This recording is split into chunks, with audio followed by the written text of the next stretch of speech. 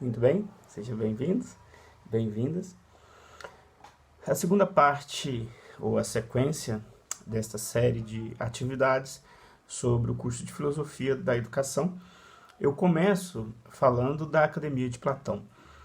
É uma escola situada ali no século V a.C., como referência de data. E alguém pode perguntar, em geral pergunta, para que eu quero saber de algo tão distante? Existe uma importância para o modelo de educação que depois foi retomado na história da educação, que é este modelo chamado academia. Quando a gente vai estudar a história da educação, nós hoje temos uma referência muito forte daquilo que aconteceu a partir da Revolução Francesa. Lembrando que a Revolução Francesa e esses fenômenos sociais, nós vamos estudar inclusive a Revolução Francesa no último encontro desse curso, ela foi um marco que criou as ideias. Não quer dizer que imediatamente se criou a realidade referente à ideia, mas criou-se a ideia de escola como nós temos hoje, como sistemas escolares. Ainda falando da importância de estudar uma escola tão antiga como a grega, como uma escola que existia naquele contexto, porque existiam outros métodos de educação, aquele modelo, de algum modo, de algum jeito, ele serve hoje para as estruturações de como nós conhecemos hoje, por exemplo, o mundo universitário. Então, hoje, o mundo universitário é estritamente organizado segundo princípios filosóficos que começam lá nessa escola antiga. E isso é interessantíssimo, primeiro, para nós que somos educadores, conhecermos outros modos de educação. É importante para compreendermos o modo que nós estamos. Isso é um exercício que aqui nós vamos fazer. E uma outra experiência que é fundamental é, como educadores, conhecermos outras experiências de educação. Eu, por exemplo, tive na minha trajetória a possibilidade de conhecer aqui no Brasil 6 estados atuando como professor. Só esse trânsito aqui dentro do Brasil, nós temos já um aprendizado enorme. Nós vamos ver diferenças, por exemplo, qual é o lugar da escola na comunidade escolar no Maranhão, na Bahia, em São Paulo. Só essa pergunta e essas diferenças, nós já aprendemos muitas coisas. Nós já melhoramos nossa performance como educador. Depois eu ainda tive a oportunidade de conhecer, mais a título de visita, a Argentina e um pouco a França. Então, essas realidades culturais, quando a gente compara com a brasileira, nós descobrimos coisas sobre a nossa forma de atuar como professores. Tenho tido um contato mais recente, a título ainda mais de informação, de leitura, um contato de aproximação com um país africano, que também é interessante essa comparação. Vamos descobrir aí que, no geral, nós estamos muito movidos por ideias preconcebidas sobre os sistemas educacionais. Eu mesmo tive boas surpresas nesse processo. Uma surpresa muito, muito feliz de ser professor, por exemplo, no Maranhão. E aí a gente descobre que o valor da educação em cada cultura varia.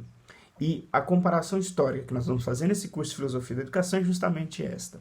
Conhecer a Academia de Platão, por exemplo, justifica para a gente entender este modelo. O que foi essa escola? Existiam outras escolas? Claro que existia naquele contexto. Um tópico que eu vou ler, e isso vai estar no contexto do curso de Filosofia da Educação, que você acessa na plataforma que vamos utilizar, é uma citação da professora Marilena Chauí sobre aquilo que caracteriza a escola de Platão, e eu acho que é a parte mais fundamental. Ao contrário, vou ler agora, abre aspas, uma citação da professora Marilena Chauí, ao contrário, abre aspas, ao contrário das primeiras escolas filosóficas, que, embora leigas, tinham como modelo as seitas religiosas dos mistérios, a Academia foi o primeiro instituto de investigação filosófica do Ocidente. Era uma escola que pretendia, em todos os campos do saber, realizar o ideal socrático da autonomia da razão e da ação contra a heteronomia, em que se comprazia os sofistas. Por isso, a academia rivalizava e combatia a escola de retórica do sofista Isócrates, fundada na mesma época. O ideal da educação autônoma significa, em primeiro lugar, ensinar o livre espírito de pesquisa, o compromisso do pensamento apenas com a verdade e, em segundo, estimular a autodeterminação ética e política, em vez de transmitir doutrinas. A academia ensinava a pensar, ou, como lemos no Mênon, que é uma obra do Platão, abre aspas, dentro da aspas da professora Chauí, o dever de procurar o que não sabemos, fecha aspas. Em vez de transmitir valores éticos e políticos, a academia ensinava a criá-los, isso é, a propô-los a partir da reflexão e da teoria. Nela prevaleceu o espírito socrático, a discussão oral e o desenvolvimento do vigor intelectual do estudante era mais importante do que as exposições escritas. Fecha aspas, Chauí, 2011, página 226. Ora, esse modelo, portanto, ele é familiar para nós hoje. Mas a professora Chauí identifica esse modelo lá na tradição grega antiga, a partir da formação e da autoridade da professora Chauí, ela nos diz isto. Então, aqui está um ponto muito importante, que é a contribuição da filosofia, e que hoje nós gostamos disto e nem sabemos que gostamos. Há pouco, uma conhecida me dizia que não gostava de se filiar a este ou aquele grupo, porque em dado momento ela não gostava de ideias que chegavam até ela, mas ela tentava conhecer como que aquelas ideias foram formadas, e ela não tinha acesso a esse processo. Então isso acabava afastando ela de qualquer grupo. E eu dizia em outros vídeos que eu já fiz, justamente que é isto. A diferença de, por exemplo, filosofia de vida, que não é autoajuda, que não é ideologia, caracteriza exatamente por isto. Ou seja, cada indivíduo compreende o princípio ao qual ele se filia.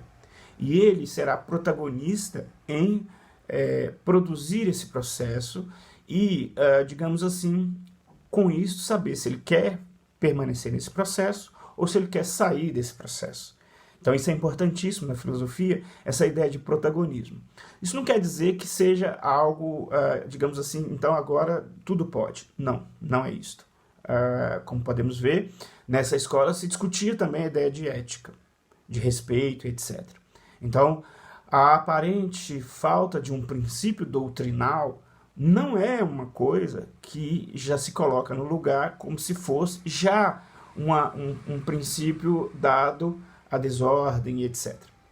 Aqueles mais moralistas, aqueles indivíduos que se apegam a princípios doutrinais, em geral, quando você propõe que não, a escola não tem princípios doutrinais, ele já então te dá então vocês são bandoleiros. Não, isso é equivocado, não devemos admitir isto.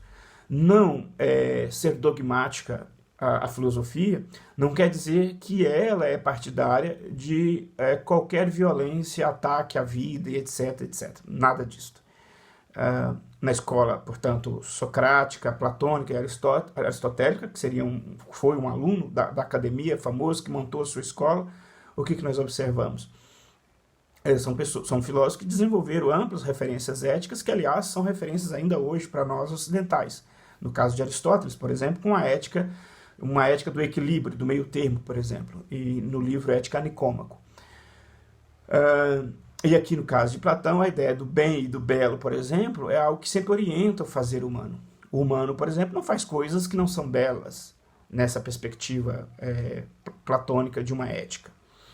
Pois bem, então, a estrutura conceitual filosófica da academia, que nós vamos explorar nos próximos vídeos, nesse contexto de apresentar a academia de Platão, ela passa por uma escola. Então, uma escola que incentiva o indivíduo à autonomia, incentiva o indivíduo a pensar por si, mas isso não quer dizer que é um indivíduo egoísta, que pensa por si e destrói o outro. Nada disso. Nós vamos ver que é possível ser sujeitos, e é possível ser sujeito sem que, basicamente, nós tenhamos que sujeitar outros sujeitos. É possível ser sujeito numa comunidade de sujeitos, E isso para a educação é fantástico, é fabuloso.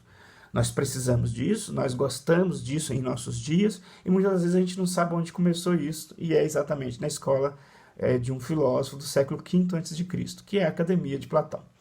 Muito obrigado e eu volto no próximo pequeno vídeo sobre Academia de Platão.